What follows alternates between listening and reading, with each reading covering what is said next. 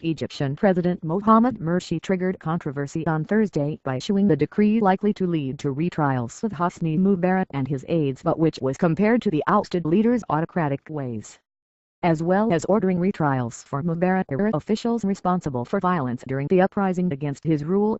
The decree shielded from legal challenge an Islamist-dominated assembly writing Egypt's new constitution.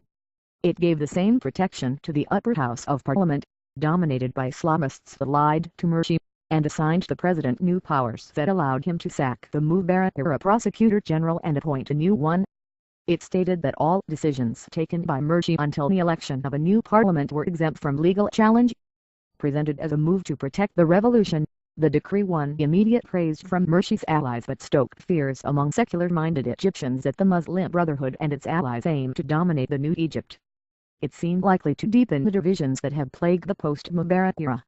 These decisions will feed discord in Egyptian politics and will be far from creating a favorable climate for restoration of economic growth, said Mustafa Kemal al-Sayed, a professor of political science at Cairo University. Leading liberal politician Mohammed el-Baradei, writing on his Twitter account, said Mursi had usurped all state powers and appointed himself Egypt's new pharaoh. But Mahmoud Ghazlan, spokesman for the Brotherhood, described the move as revolutionary and popular.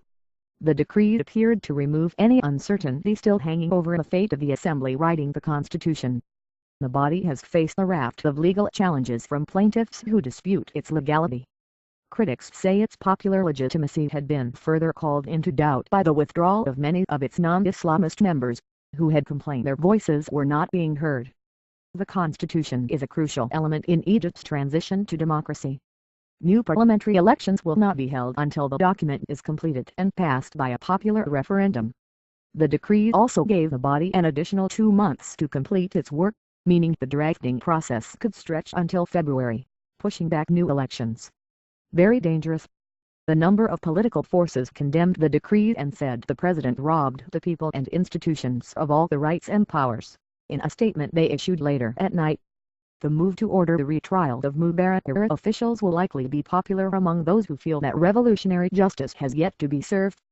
Mubarak, 84, was sentenced to life in prison in June for failing to prevent killings that occurred during the uprising that led to his February 11, 2011 downfall. He has been held in a prison hospital since his sentence was handed down. Critics have faulted the process by which he and other officials were put on trial. One of the problems, they say, was that the Mubarak-era prosecutor general had not been replaced. Mursi had tried to replace Abdelmajid Mahmoud, the Man's Act on Thursday, in October.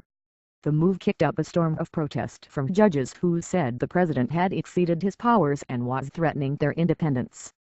Mursi got around the problem this time by giving himself the power to appoint a new prosecutor general, Talat Abdullah, whose swearing-in was shown on state television. In a statement broadcast on state TV, Abdullah vowed to work with colleagues at the Public Prosecution's Office to uphold justice and eradicate oppression. Charlie said a new prosecution office would be established to protect the revolution and made up of judges who would be given powers to order investigations and collect evidence.